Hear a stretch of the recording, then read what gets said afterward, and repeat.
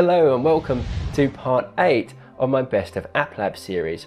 In this series I take a look at the best App Lab games you can get for your Quest right now. If you want to check out the previous parts of the series, you can find that link in the description below. And as always, I have some more game codes to give away. The generous developers of some of the games I featured in this video have given me a few codes to give away to you. So I have one code to give away for Drums Rock, one code to give away for Master Builder, and 2 codes to give away for Extreme Escape. As I said, those games have been featured in this video. Just check along the timestamp to see those games in action, see if it's the kind of game that you'd want to play. And so all you need to do to enter this competition is to let me know when this object appears again in this video. Let me know in the comment section, give me the timestamp of when this object appears, and also let me know what game code you're after. Then you'll be in with a chance of winning one of those game codes, and I'll draw winners in about a week's time. Now make sure you're always checking your YouTube account, because I've messaged winners in the past, they just haven't got back to me, and so I had to choose another winner. So to make sure you don't miss out, make sure you're checking your YouTube account for that message. So let's get on to that list, but before we do, if you like this video, remember to give it a thumbs up. And if you're not subscribed already and you like this kind of content, you love your Quest, then you might also want to consider subscribing.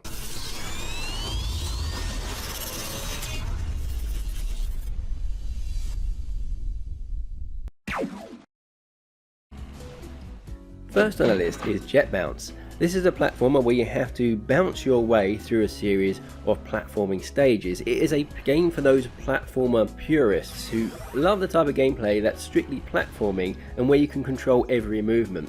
You have a rocket in one hand that allows you to fly. It has limited fuel, but that fuel does replenish over time, and it replenishes quicker the faster you go. It also fills up completely whenever you hit the ground. Then in the other hand you have this rod that allows you to control the direction of where you go when you're in mid-air. You also have the ability to glide when you're falling from large heights. Using this locomotion system, it's then up to you to explore and bounce your way through a series of platforming stages. And much like any traditional platformer, there are a bunch of collectibles like these puzzle pieces that unlock new boosting abilities, and these gems that help you unlock the next stage. But unlike many other platformers, there are no enemies in this game apart from the odd boss fight. Because you can't really die, it makes the game a casual experience in one sense, but on the other hand the movement system is easy to pick up but difficult to master. And I found the levels to be fairly well designed, and they're designed to challenge you, so in order to get all the pieces that you need, you're going to have to really hone those platforming skills. You also get quite a bit of content here for your money, so if you are after a casual but challenging physics-based platformer, I've got to say this is well worth a look in. I found the platforming to be sometimes quite hard and frustrating, but never unfairly so. If I say missed a ledge, it's usually down to me not being skillful enough. And I genuinely had a good time bouncing around, exploring the stage and trying to collect all the different collectibles. And finally, I'll just say, if you are prone to motion sickness, this could trigger it, but I did find the movement to be quite smooth and fluid, so it was not as intense as I thought it would be, so you might be okay.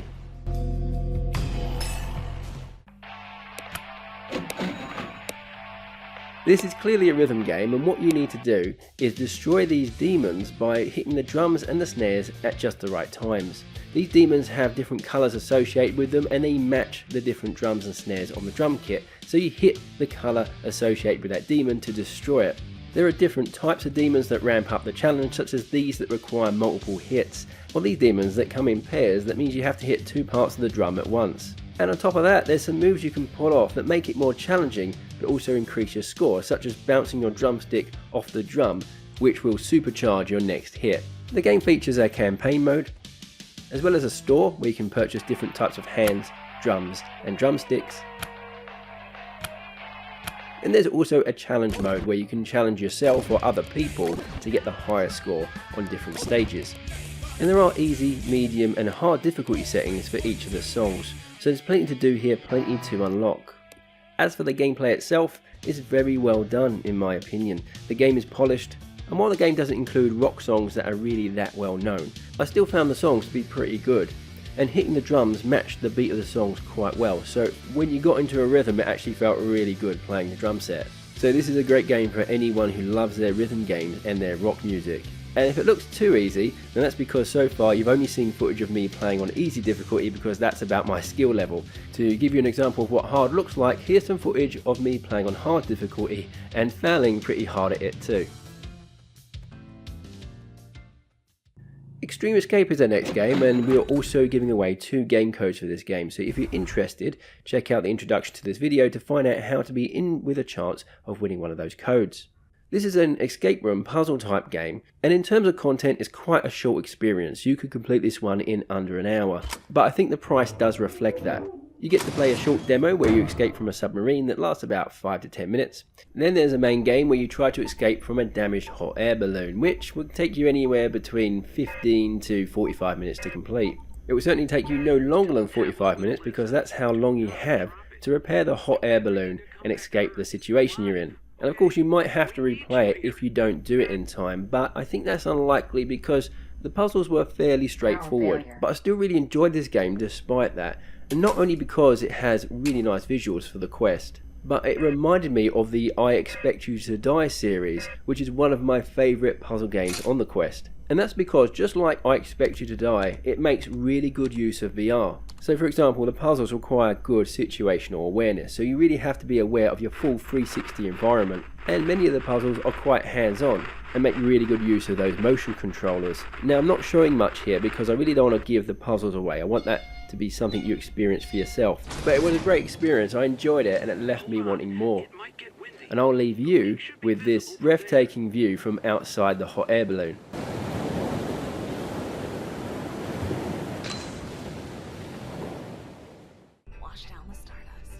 Next up is another puzzle game. This is LABRYNTH Deluxe, a CRUSOE quest. It comes to the quest March 3rd, so if it isn't out already, it's going to be out pretty soon. And the story goes that as you're piloting your spacecraft, you get pulled into this wormhole and end up in this strange alien temple.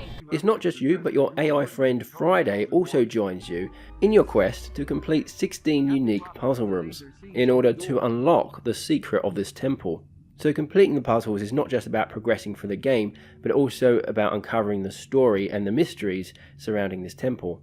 Puzzles involve moving things like lasers and mirrors to direct the light to where you want it to go. Perfect. I'm wondering what's behind that door. I hope it's my ship, or the entrance to a bar. One pretty cool and unique feature about this game is that you can walk on the walls and ceilings of the labyrinth using special boots. Now just be warned, if you do suffer from motion sickness, the transition from the floor to the wall or ceiling might trigger your motion sickness, but you could just close your eyes as you're transitioning if you wanted. As you might expect, the puzzles get more challenging as you progress throughout the game. The rooms get larger and more multi-layered and complex, and there were a few puzzles in there that had me stumped for a little while. So overall, I did enjoy the puzzling and the engaging story that unfolded as you progress through the game, as well as the humour sprinkled throughout the game. Just makes for a winning combination of a fun, unique and immersive puzzle game.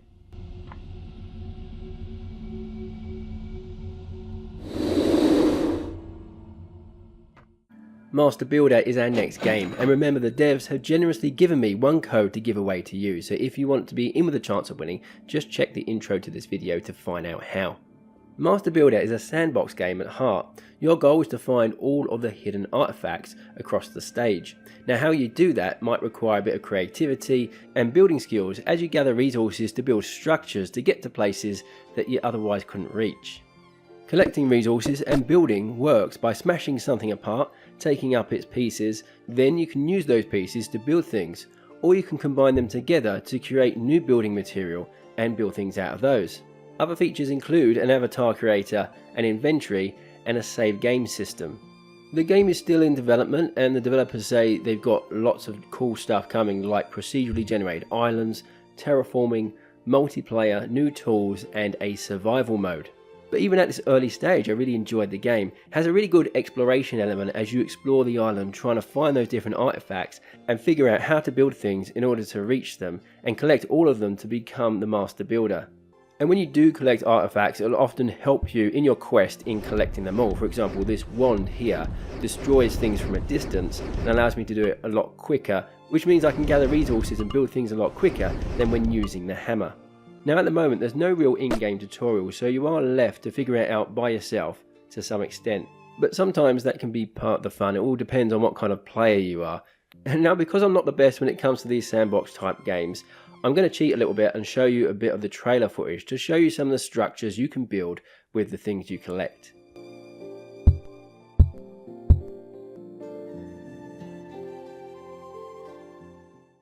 If you love flying in virtual reality, or World War II, or both of these things, then simply you just have to get this game. This is Gunship sequel World War II, WW2. And I'll just start by saying, wow, it's one of those games where I really don't know where to start because there's so many things to talk about.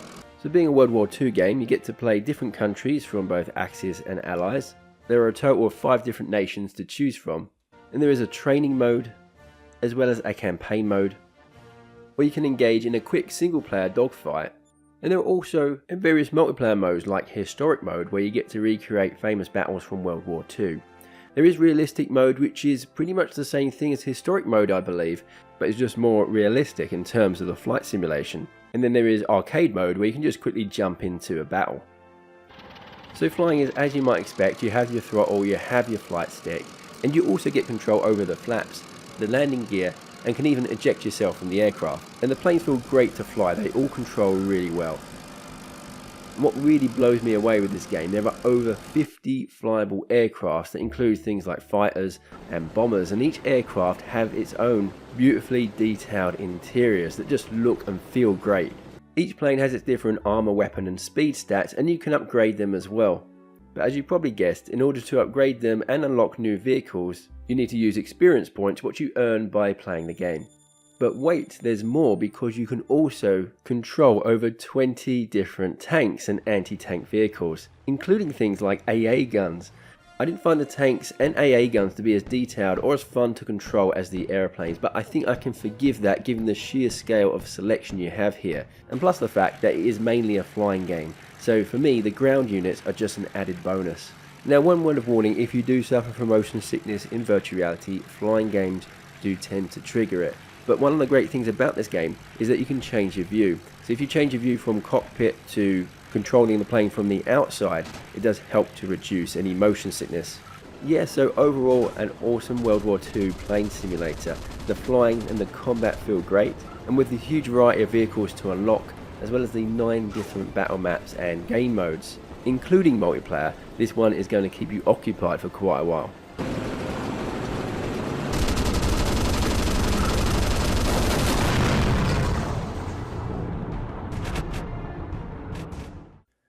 This is Return to KURGANSK. Now, I'm not sure if I'm pronouncing that right, but this is a survival horror game set in a post-Soviet, post-apocalyptic world. So in terms of gameplay, think Walking Dead Saints and Sinners combined with Fallout with a little bit of green hell, and you get an idea of what this game is about. By the way, if you do want to see more of this game, I have done a standalone gameplay video on it. I will link that in the description below if you're interested in checking it out some more. It's set in this open world environment, and you have quests to complete, as well as the ability to craft items from some of the things you find. Some weapons and tools you might have to craft yourself, while others you'll find in the world. There are also these 4 bars below. The one with the heart represents your health, the one with the brain represents your morale, and if that falls too low you start to hallucinate, and the other one with the stomach represents how full you are. You also have this radiation symbol, which represents your radiation sickness, something which you need to take tablets for. And of course, to make sure I don't go hungry and starve to death, I also need to eat, but I need to be careful about what I eat. For example, if I ate raw meat, it would fill me up, but it would also lower my morale. If I were to cook the meat, however, it wouldn't impact my morale. And some foods might give me more radiation poisoning than other foods, and some foods also have an expiry, so you have a limited time to eat them before they go bad. There's also the combat element to this game, which involves both melee weapons and guns. The melee weapons also break after so many uses. So that's just a little snapshot of this game. Hopefully it gives you an idea, but like I say, if you want to know more about it, you can check out my gameplay video, link below. The reason why I really like this game is the open world exploration element, but also all of these different gameplay mechanics. Keeps things really interesting, along with the story, which is a bit of a mystery and unravels as you progress through the game. But just be aware that when I did play the game, I did encounter some bugs and issues. Nothing game breaking, but for example, it's snap turning only, and sometimes I found the enemies would hit me from a distance when they shouldn't have been able to reach me, or the enemies can act a bit stupid at times. So expect some jankiness, at least until they iron out those issues. But like I say, these issues weren't enough to ruin the game for me. I still really enjoyed my time playing.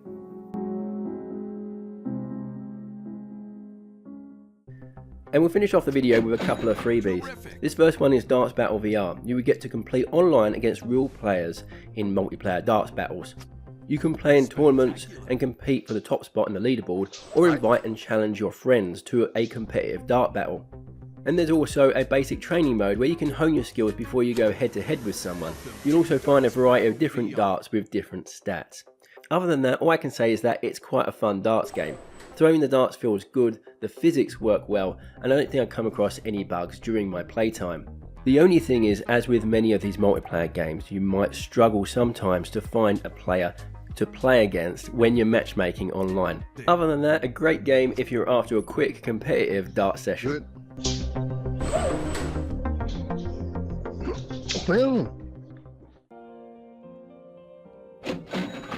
Another free multiplayer game that I found quite interesting was Dive VR. This allows you to play a selection of ball games online with friends or randoms. You create your avatar, then you select the room that you want to play in, and you'll see a selection of different ball games. I've got to confess, some of these ball games I've never tried before, so I didn't know the rules, but some of them I did, such as Stacker, where you have to build the highest tower in the allotted time trying to beat your opponent. It's pretty simple, but still quite a lot of fun. Then there was also Chess. Again, chess is chess, it's just a real classic game, and this version seemed to work well. I didn't really notice any bugs, and it was simple enough to move the pieces. And while the chess game was a kind of basic no thrills experience, there were some nice touches in there, such as it actually showing you where the pieces can move on the board if you were unsure. The only big negative I can see of this game is that there is no in-game manual to learn the rules of any of the games that you're not sure about. Although I'm sure if you did Google it, you could probably learn the rules that way. So I recommend grabbing a few friends, jumping into the game, and you're bound to have fun. Till Tomorrow is another freebie. It is a pre-release game, so it definitely isn't the final version, and although it's free at the moment, this might change sometime down the track when the full release becomes available.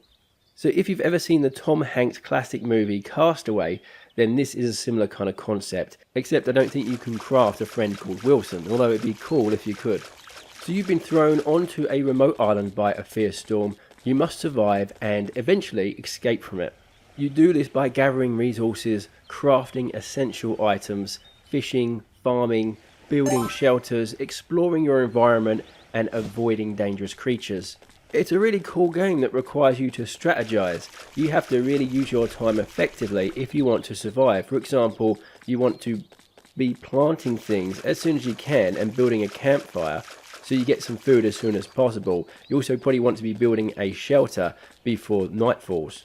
It is one of those games that doesn't have a whole lot of guidance, so you might need to give it a few goes before you start getting the hang of what you need to do.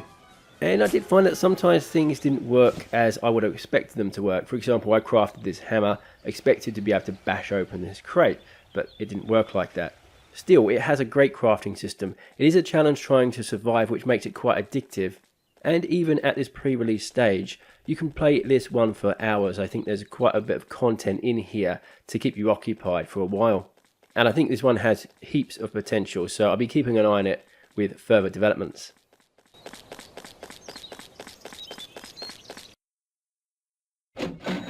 Okay, one more game before we finish up. So this game came across my desk last minute, or should I say by my email, and I had a go and enjoyed it, so I've tacked it onto the end of the list here. This is Escape Room Bank Robbery Gone Wrong. Unsurprisingly, it's an escape room game, and while it doesn't have the same visual appeal and polish as the hot air balloon escape room game, Extreme Escape, that we checked out earlier, it's still a decent puzzle experience. It's well worth checking out if you're into these types of games. The puzzles were enjoyable. There's nothing too challenging or overly cryptic in there, so I think this would be a good one if you're after a casual puzzle experience. And it will probably last you about an hour, give or take. So it's on the shorter side, but the game is affordably priced, and there is also a speedrun mode, and I know the developer plans to add more rooms in the future. I think they have committed to adding at least 3 new rooms this year. So what do you think of that list of awesome App Lab games? Which one was your favourite? Let me know in the comment section below. As always, I'd love to hear from you. I think App Lab games are just getting better and better over time. It actually makes it easier and easier to make these lists because there's so many awesome games to choose from. So anyway, that's it for me for now. Thanks for watching, take care, and I hope to see you soon.